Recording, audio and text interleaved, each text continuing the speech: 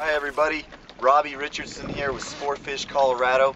And now I want to talk to you guys about finding and targeting these schools of kokanee. The whole key to success is being overfished. So what we do is we'll get our fish finder dialed in to the depth range that we're starting to see these fish, and then basically you just drive around until you find a school. Sometimes it takes a long time. Some days, you know, there's schools everywhere and it seems like it's very easy to find them. Regardless, it's a matter of covering water until you find a good school. I'm usually looking for a blob of fish on the sonar at least 10 foot wide. There's been days that I've sat on schools 60 plus foot wide. Those days are rare, but they can happen. Once you find a school of fish, it's important to center your boat on the heart of this school. And I just use my color fish finder to do that. Whatever your most intense echo color is, which mine is yellow, I'll keep circling around until I find that yellow part of the school, and then I'll sit down on that part of the school and drop the lines down. Now once you drop your lines down to these fish, sometimes it doesn't take much to entice them.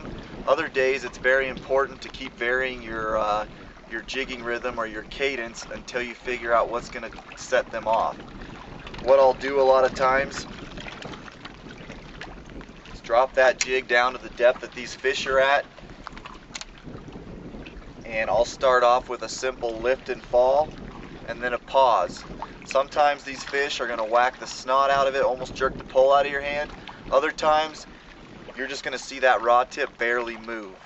Either way, I give it a good hard hook set and then keep that pressure on, because these jigs we're using anywhere from a half to a 1.5 ounce jig, and that heavy jig will fall out of their mouths if you don't keep the slack out of the line. Some other jigging cadences that seem to work sometimes are quick little pops. Sometimes I'll do a slow lift and a slow fall with a little pause in between.